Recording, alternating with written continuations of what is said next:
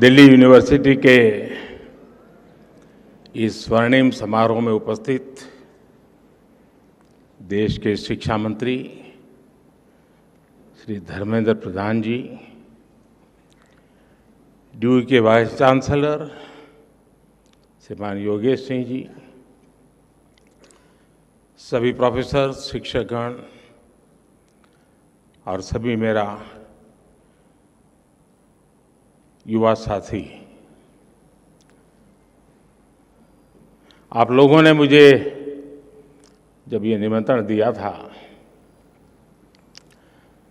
तभी मैंने तय कर लिया था कि मुझे आपके यहाँ तो आना ही है।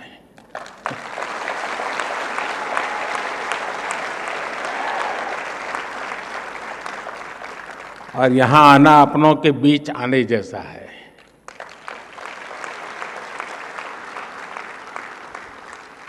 अब 100 साल की ये फिल्म हम देख रहे थे दिल्ली यूनिवर्सिटी की दुनिया को समझने के लिए।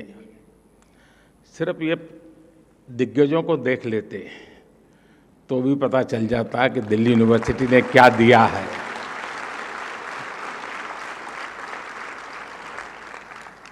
कुछ लोग मेरे सामने बैठे हैं जिनको मैं विद्यार्थी काल से जानता हूं, लेकिन अब बहुत बड़े बड़े लोग बन गए हैं।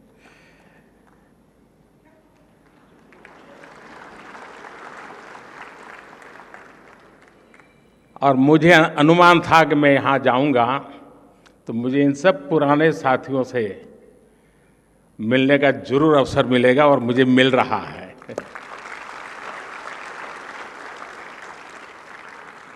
साथियों, ड्यू का कोई भी स्टूडेंट हो, कॉलेज फेस्ट चाहे अपने कॉलेज में हो या दूसरे कॉलेज में, उसके लिए सबसे इम्पोर्टेंट यही होता है कि बस किसी तरह उस फेस्ट का हिस्सा बन जाएं।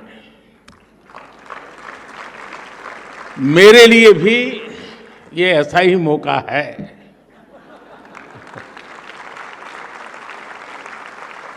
मुझे खुशी है कि आज जब दिल्ली यूनिवर्सिटी के 100 साल का सेलिब्रेशन हो रहा है तो इस फेस्टिव माहौल में मुझे भी आप सबके बीच आने का अवसर मिला है।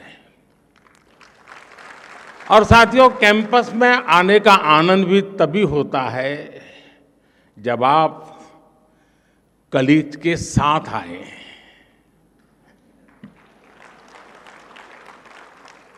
दो दोस्त चल दिए गप्पे मारते हुए, दुनिया जहान की बातें करेंगे, इजराइल से लेकर के मून तक कुछ छोड़ेंगे नहीं। कौन सी फिल्म देखी, ओटीटी पर वो सीरीज अच्छी है, वो वाली रील देखी या नहीं देखी, यानी बातों का अथाह समंदर होता है। इसलिए मैं भी आज आपकी ही तरह दिल्ली मेट्रो से अपने युवा दोस्तों से गपशप करते करते यहां पहुंचा हूं।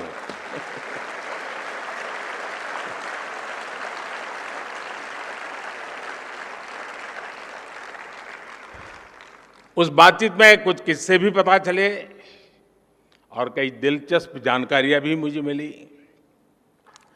साथियों, आज का अवसर एक और वजह से बहुत खास है। ड्यू ने एक ऐसे समय में अपने 100 वर्ष पूरे किए हैं जब देश अपनी आजादी के 75 वर्ष पूरे होने पर अमृत महोत्सव मना रहा है। कोई भी देश हो, उसकी यूनिवर्सिटीज, उसके शिक्षण संस्थान उसकी उपलब्धियों का सच्चा प्रतिबिंब होते हैं। ड्यू की भी इन 100 वर्षों की यात्रा में कितने ही ऐतिहासिक पड़ाव आए हैं। इसमें कितने प्रोफेसर्स का, कितने स्टूडेंट्स का और कितने ही दूसरे लोगों का जीवन जुड़ रहा है। एक तरह से दिल्ली यूनिवर्सिटी सिर्फ एक यूनिवर्सिटी नहीं, बल्कि एक मूवमेंट रही है।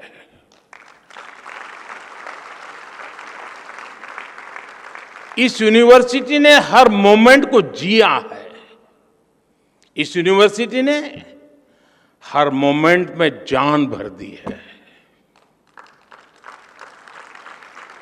मैं इस ऐतिहासिक अवसर पर यूनिवर्सिटी के सभी प्रोफेसर्स और स्टाफ को, सभी स्टूडेंट्स और एल्यूमनाई को हृदय से बहुत बहुत बधाई देता हूं।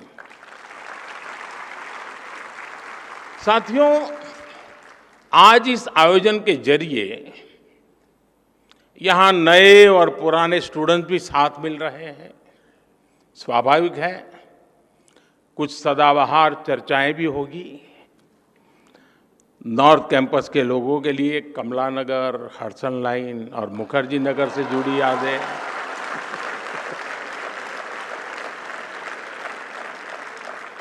साउथ कैंपस वालों के लिए सत्य निकेतन के किस्से,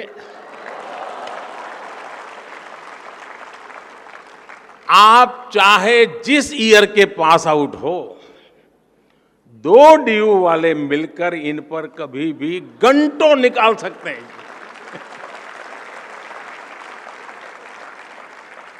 इस सब के बीच मैं मानता हूं, डीयू ने 100 सालों में अगर अपने एहसासों को जिंदा रखा है, तो अपने मूल्यों को भी जीवंत रखा है। निष्ठा धृति सत्यम, यूनिवर्सिटी का ये ध्येय वाक्य अपने हर एक स्टूडेंट के जीवन में गाइडिंग लैंप की तरह है।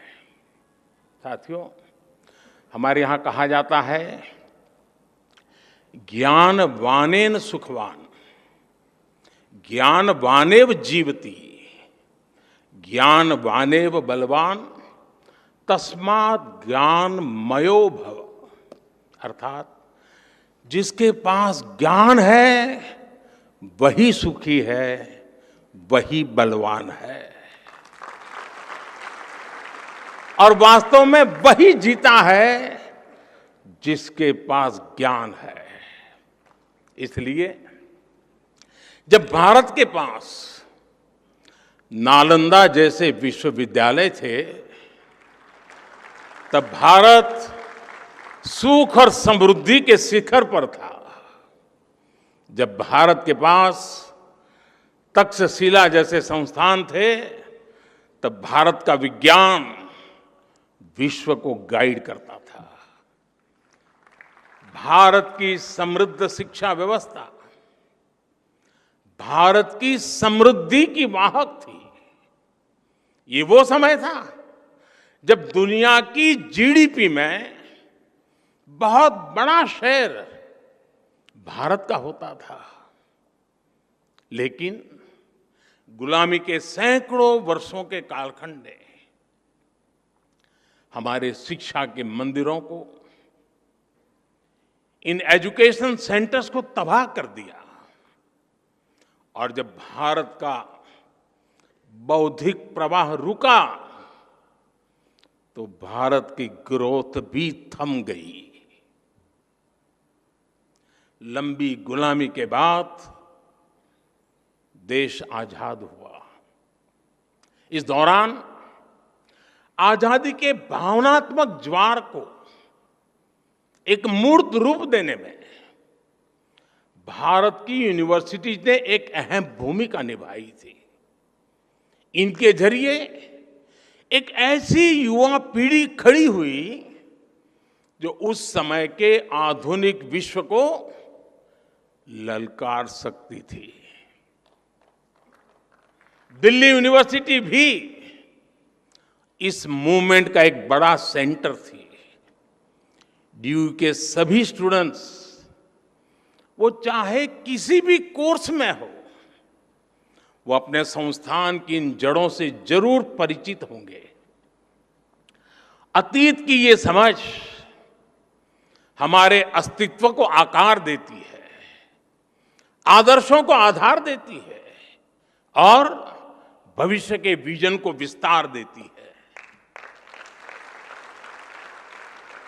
साथियों, कोई इंसान हो या संस्थान, जब उसके संकल्प देश के लिए होते हैं तो उसकी सफलता भी देश की सफलताओं से कदम मिलाकर चलती है। कभी डीयू में केवल 3 कॉलेज थे, आज 90 से ज्यादा कॉलेज है। कभी भारत की इकोनॉमी फ्रेजाइल के लिस्ट में थी, खस्ता हाल थी। आज भारत दुनिया की टॉप 5 इकोनॉमीज में शामिल हो चुका है।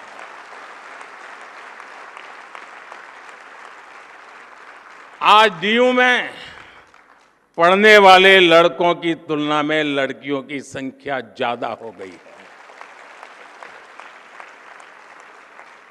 इसी तरह देश में भी जेंडर रेशियो में काफी सुधार आया है।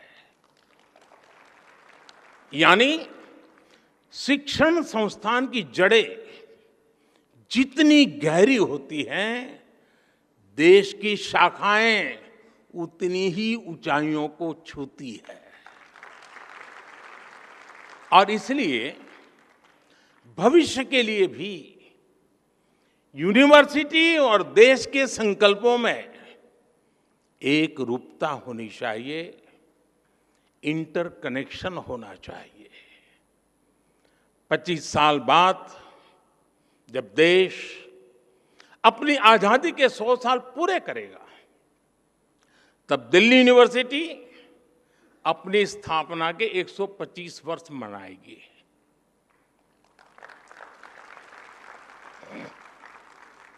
तब लक्ष्य था भारत की स्वतंत्रता। अब हमारा लक्ष्य है 2047 तक विकसित भारत का निर्माण।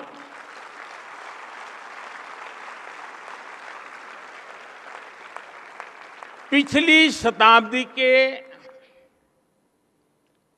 तीसरे दशक ने, अगर पिछली शताब्दी के इतिहास की तरफ नजर करें तो पिछली शताब्दी के तीसरे दशक ने स्वतंत्रता संग्राम को नई गति दी थी। अब इस शताब्दी का ये तीसरा दशक भारत की विकास यात्रा को नई रफ्तार देगा।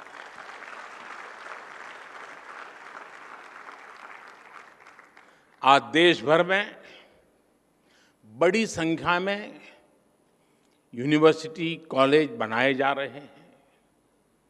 पिछले कुछ वर्षों में आईआईटी, आईआईएम, एनआईटी और एम्स जैसी संस्थाओं की संख्या में लगातार बढ़ोतरी हुई है।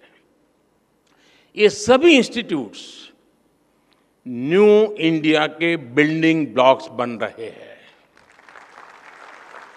साथियों, शिक्षा सिर्फ सिखाने की प्रक्रिया नहीं है, बल्कि ये सीखने की भी प्रक्रिया है। लंबे समय तक शिक्षा का फोकस इसी बात पर रहा कि छात्रों को क्या पढ़ाया जाना चाहिए, लेकिन हमने फोकस इस बात पर भी शिफ्ट किया कि छात्र क्या सीखना चाहता है।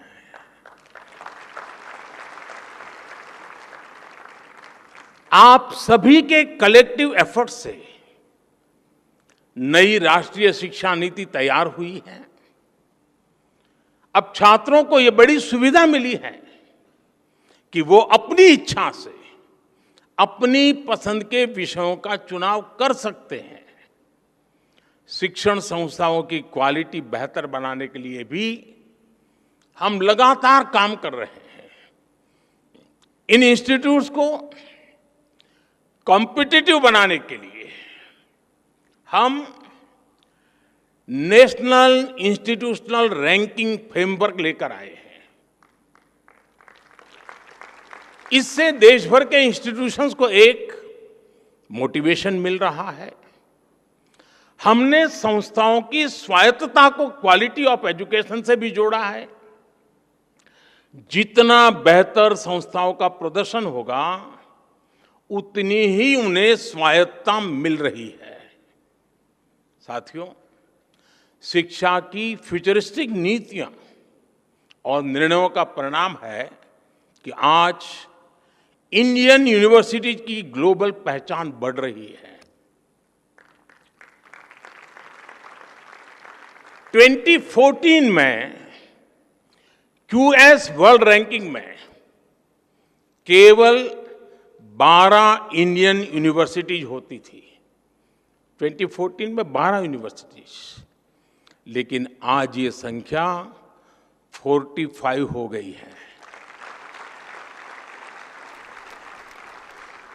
हमारे एजुकेशन इंस्टीट्यूट्स दुनिया में अपनी अलग पहचान बना रहे हैं। हमारे संस्थान quality education, student faculty ratio और रेपुटेशन सब में तेजी से सुधार कर रही है। और साथियों, आप जानते हैं, इन सब के पीछे सबसे बड़ी गाइडिंग फोर्स कौन सी काम कर रही है? ये गाइडिंग फोर्स है भारत की युवा शक्ति। इस हॉल में बैठे ही हुए मेरे युवाओं की शक्ति। साथियों, एक समय था जब स्टूडेंट्स किसी इंस्टीट्यूट में एडमिशन लेने से पहले सिर्फ प्लेसमेंट को ही प्राथमिकता देते थे। यानी एडमिशन का मतलब डिग्री और डिग्री का मतलब नौकरी। शिक्षा यहीं तक सीमित हो गई थी। लेकिन आज युवा जिंदगी को इसमें बांधना नहीं चाहता। वो कुछ नया करना चाहता है, अपनी लकीर खुद खींचना चाहता है। 2014 से पहले भारत में सिर्फ कुछ 100 स्टार्टअप्स थे। आज भारत में स्टार्टअप्स की संख्या 1 लाख को भी पार कर गई है। 2014-15 की तुलना में आज 40% से ज्यादा पेटेंट फाइल हो रहे हैं। जो पेटेंट जारी हो रहे हैं उनमें भी 5 गुना का इजाफा हुआ है। ग्लोबल इनोवेशन इंडेक्स, जिसमें भारत 18वें पायदान पर था 80 से की बात, वहां से बढ़कर के आज हम 46 पर पहुंच चुके हैं। वो स्थान हमने प्राप्त किया। अभी कुछ दिन पहले ही मैं अमेरिका की यात्रा से लौटा हूं। आप सबने देखा होगा आज भारत का सम्मान कितना बढ़ा है, गौरव कितना बढ़ा है। क्या कारण है? क्या कारण है आज भारत का इतना गौरव बढ़ा है? उत्तर वही है, क्योंकि भारत की क्षमता बढ़ी है, भारत के युवाओं पर विश्व का भरोसा बढ़ा है। इसी यात्रा में भारत और अमेरिका के बीच initiative on critical and emerging technology यानी आईसेट डील हुई है। इस एक समझौते से हमारे युवाओं के लिए धरती से लेकर स्पेस तक सेमीकंडक्टर से लेकर एआई तक तमाम फील्ड्स में नए अवसर पैदा होने वाले हैं। जो टेक्नोलॉजी पहले भारत की पहुंच से बाहर होती थी, अब हमारे युवाओं को उनकी एक्सेस मिलेगी, उनका स्किल डेवलपमेंट होगा। अमेरिका की माइक्रोन, गूगल तथा एप्लाइड मटेरियल जैसी कंपनियों ने भारत में बड़े निवेश का फैसला लिया है। और साथियों, ये आहट है कि भविष्य का भारत कैसा होने वाला है, आपके लिए कैसे कैसे अवसर दस्तक दे रहे हैं। साथियों, इंडस्ट्री 4.0 की क्रांति भी हमारे दरवाजे पर आ चुकी है। कल तक एआई और एआर वीआर के जो किस्से हम साइंस फिक्शन फिल्मों में देखते थे, वो अब आज हमारी रियल लाइफ का हिस्सा बन रहे हैं। ड्राइविंग से लेकर सर्जरी तक रोबोटिक्स अब न्यू नॉर्मल बन रहा है। ये सभी सेक्टर्स भारत की युवा पीढ़ी के लिए, हमारे स्टूडेंट्स के लिए नए रास्ते बना रहे हैं। बीते वर्षों में भारत ने अपने स्पेस सेक्टर को खोला है, भारत ने अपने डिफेंस सेक्टर को खोला है, भारत ने ड्रोन से जुड़ी नीतियों में बहुत बड़ा बदलाव किया है। इन सभी निर्णयों से देश के ज्यादा से ज्यादा युवाओं को आगे बढ़ने का मौका मिला है। साथियों, भारत की विकास यात्रा से हजारों युवाओं को, हमारे स्टूडेंट्स का कैसे लाभ हो रहा है, इसका एक और पक्ष है। आज दुनिया के लोग भारत को, भारत की पहचान को, भारत की संस्कृति को जानना चाह रहे हैं।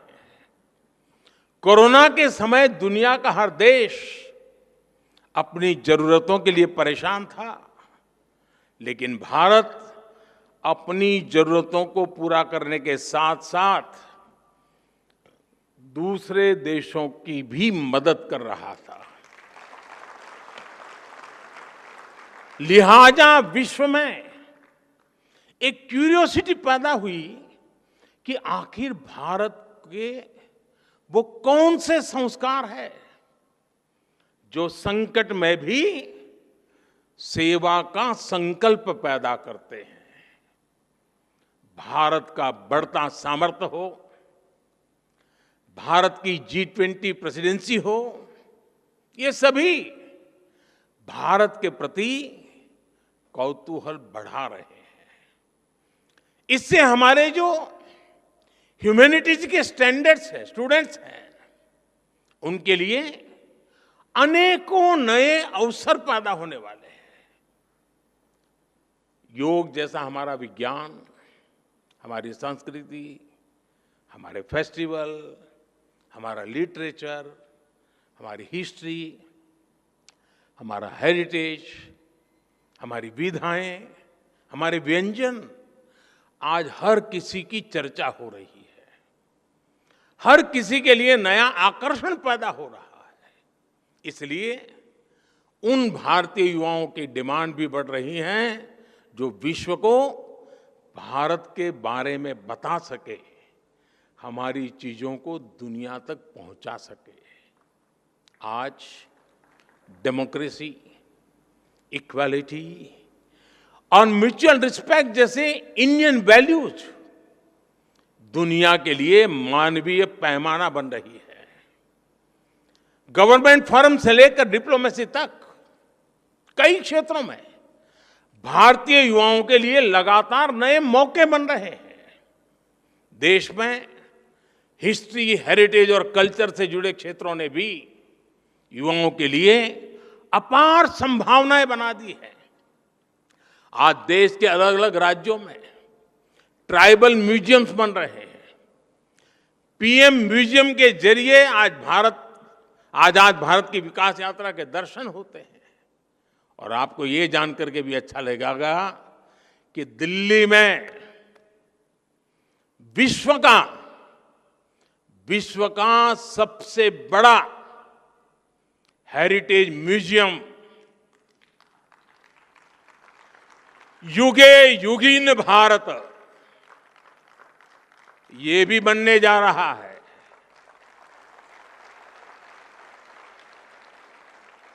कला, संस्कृति और इतिहास से जुड़े युवाओं के लिए पहली बार पैशन को प्रोफेशन बनाने के इतने अवसर पैदा हो रहे हैं। इसी तरह आज दुनिया में भारतीय टीचर्स की अलग पहचान बनी है। मैं ग्लोबल लीडर से मिलता हूं, उनमें से कई अपने किसी न किसी इंडियन टीचर से जुड़े किस्से बताते हैं और बड़े गौरव से बताते हैं। भारत की ये सॉफ्ट पावर इंडियन यूथ की सक्सेस स्टोरी बन सकती है। इस सब के लिए हमारी यूनिवर्सिटीज को, हमारे इंस्टीट्यूशंस को तैयार होना है, अपने माइंडसेट को तैयार करना है। हर यूनिवर्सिटी को अपने लिए एक रोड मैप बनाना होगा, अपने लक्ष्यों को तय करना होगा। जब आप इस संस्थान के 125 वर्ष मनाए, तब आपकी गिनती वर्ल्ड की टॉप रैंकिंग वाली यूनिवर्सिटी में हो, इसके लिए अपने प्रयास बढ़ाएं। फ्यूचर मेकिंग इनोवेशंस आपके यहां हो, दुनिया के बेस्ट आइडियाज और लीडर्स आपके यहां से निकले, इसके लिए आपको लगातार काम करना होगा। लेकिन इतने सारे बदलावों के बीच आप लोग पूरी तरह मत बदल जाइएगा। कुछ बातें वैसी ही छोड़ दीजिएगा भाई। नॉर्थ कैंपस में पटेल चेस की चाय, नूडल,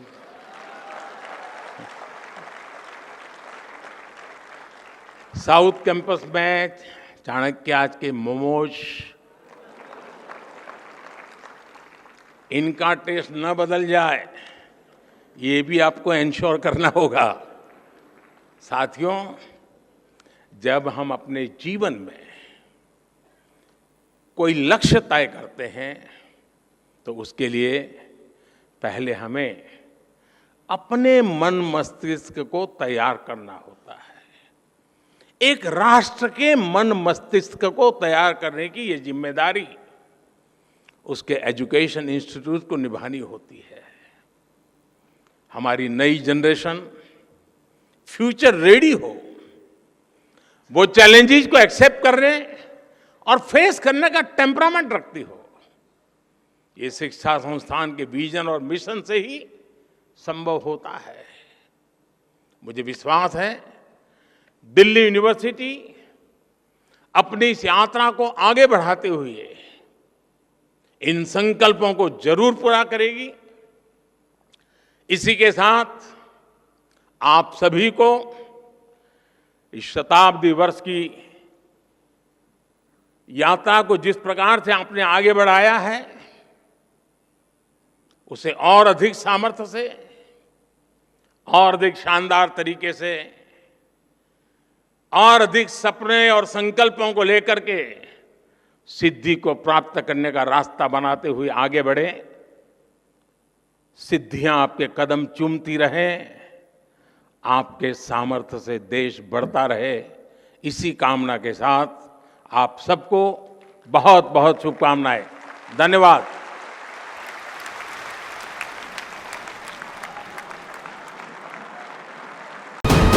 वीके न्यूज, राष्ट्र के नाम।